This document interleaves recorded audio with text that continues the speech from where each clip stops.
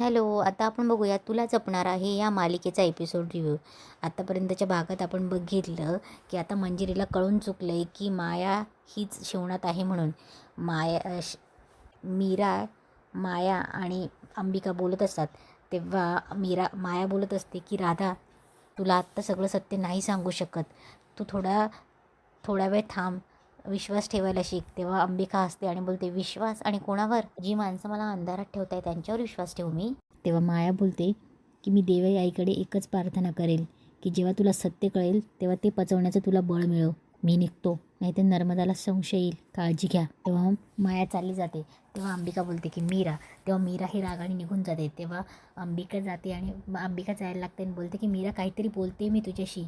तेव्हा मीरा थांबत नाही. तेव्हा अंबिका मनात बोलते की नक्कीच हे दोघं काहीतरी लपवत आहे माझ्यापासून. इकडे आउट हाऊसच्या बाहेर शिवनाथ मीराला घेऊन काहीतरी पूजा मांडत असतो. पूजेची सगळी तयारी करतो. तेव्हा मीरा मनात बोलते की आज नक्कीच काहीतरी मार्ग सापडेल. इकडे शिवनाथ ही पूजा सुरू करतो आणि मंजिरी ही तिकडे गुहेत मार्जरीसमोर आपली विधी सुरू करते. इकडे शिवनाथचा विधी चालू असतो आणि इकडे मंजिरी विधी चालू असताना ती मंत्र म्हणायला घेते. मंत्र म्हणता म्हणता ती मंत्र अर्धा बोलते आणि स्टॉप होते, अर्धा बोलते स्टॉप होते. ती खूप प्रयत्न करते आणि तेव्हा ती चिडून बोलते की माझं लक्ष विचलित का होतंय? तेव्हा मार्जरी बोलते, विधीमध्ये अडथळा येतोय, म्हणजे पुन्हा कोणीतरी आलंय. इकडे मंजिरीच्या विधी करण्यामध्ये अडथळा येत असताच तिचं लक्ष विचलित होत असतं.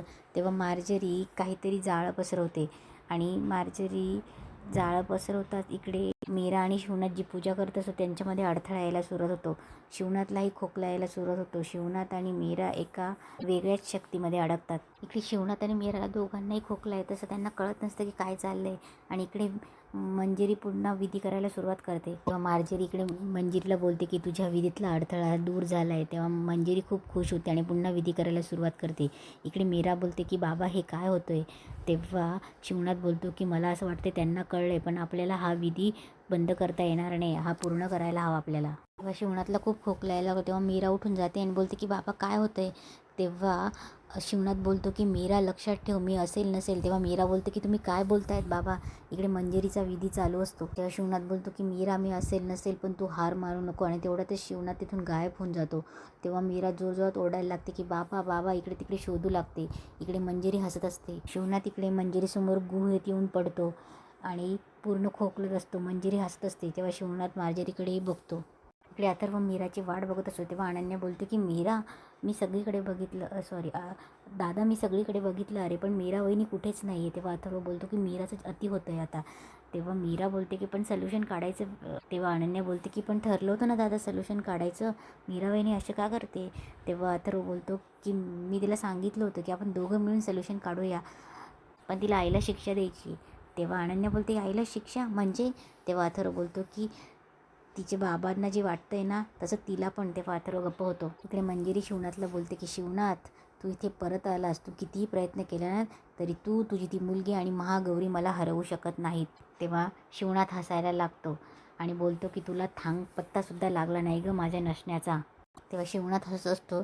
तेव्हा मंजिरी त्याच्यावर मंत्र फुंकते. तेव्हा शिवनाथ मायाच्या रूपात येतो. तेव्हा मंजिरी हसते आणि पुन्हा ती त्याला शिवनाथच्या रूपात आणते. तेव्हा मंजिरी पुन्हा शिवनाथची माया करते आणि बोलते की अगं माया, तू इथे काय करतेस? अगं तू घरातनं निघून गेली तर अगं घर अजितचं काय होईल तुझ्याशिवाय? तेव्हा मंजिरी पुन्हा मायाला शिवनाथ करते आणि हसत असते.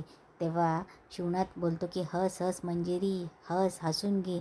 अगं देवीने एवढ्याशा शक्तीचा अंश वापरला तरी तुझी ही अवस्था झाली. मंजिरी बोलते की शिवनाथ, तुझी अवस्था तर माझ्याहून वाईट आहे आणि हे काय केलंस तू? एका मुलीचा जीव वाचवण्यासाठी दुसऱ्या मुलीचं आयुष्य धोक्यात घातलंस. तेव्हा शिवनाथ बोलतो की हा तुझ्या दृष्टीचा दोष आहे, स्वार्थ नव्हता माझा, नियती होती आणि त्या निर्णयाने दोघींचंही भलंच होणार आहे.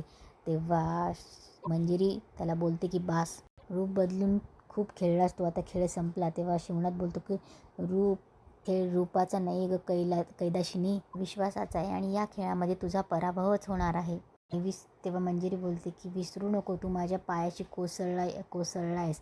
तेव्हा शिवनाथ बोलतो शरीर कोसळलं असलं तरी मन हरलं नाही आहे. तेव्हा मंजिरी बोलते हरलायस तू शरीराने पण आणि मनाने सुद्धा. तेव्हा मंजिरी बोलते की इथे गाडून टाकेल तुला. तेव्हा शिवनाथ बोलतो की शरीर गाडलं जाईल पण सत्य नाही. तेव्हा मंजिरी बोलते सत्य तेच असतं जे जिंकतं आणि मी जिंकते. तेव्हा शिवनाथ बोलतो, मी जरी पडलो असलो ना तरी माझी मीरा उभी आहे आणि जोपर्यंत ती उभी आहे ना तुझा विजय होणं शक्य नाही. मग मंजिरी हसते आणि बोलते, मीरा किती फालतू आणि निराधार विश्वास आहे रे तुला तुझ्या मुलीवर. आणि जोपर्यंत ती उभी आहे ना तुझा विजय होणं शक्य नाही. तेव्हा मंजिरी हसते आणि बोलते, मीरा फालतू आणि निराधार विश्वास आहे रे तुला तुझ्या मुलीवर. बाप आहेस ना म्हणून भावनिक बोलतोयस, मी शक्ती आहे म्हणून जिंकते. तेव्हा शिवनाथ बोलतो, एक लक्षात ठेव मंजिरी, शक्तीला भावना नसली ना की शाप होतो तिचा, शाप. तेव्हा मंजिरी बोलते, शाप तर तुला भोगावे लागणारे शिवनाथ, आयुष्यभर भटकत राहशील तू, मार्ग नसलेल्या वाटेवर चालत राहशील आणि मुळात आपलं अस्तित्वच काय आहे हा प्रश्न पडेल तुला. तुझ्या सोबत भटकत राहशील, तू भटकत राहशील. मंजिरी त्याला जा शिवनाथ जा म्हणून एका शक्तीसोबत बाहेर ओस फेकून लावते. एका ओसाड, एका भूतांच्या जंगलात फेकून लावते. इकडे नर्मदा माया करते आणि अनन्याला विचारते की मायाला बघितलंस का. तेव्हा अनन्या बोलते की नाही माहिती. तेव्हा नर्मदा बोलते की अगं तू इथेच बसलीस ना म्हणून तुला विचारलं.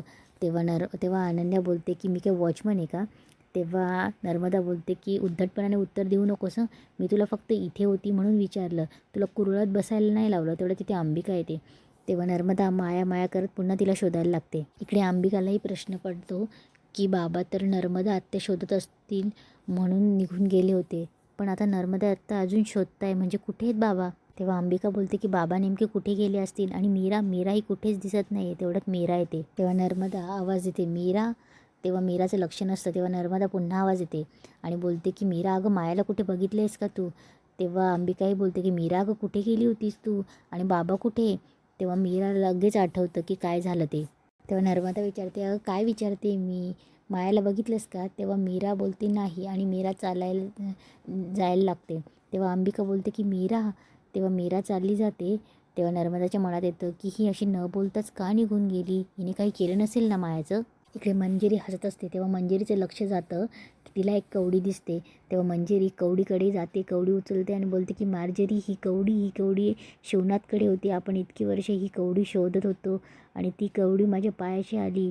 मार्जरी आपल्याला तिसरी कवडी मिळाली. म्हणून मंजिरी खूप खुश होते. इकडे शिवनाथ अशा जागेवर असतो की तिथे काहीच नसतं. तेव्हा शिवनाथ ओरडायला लागतो.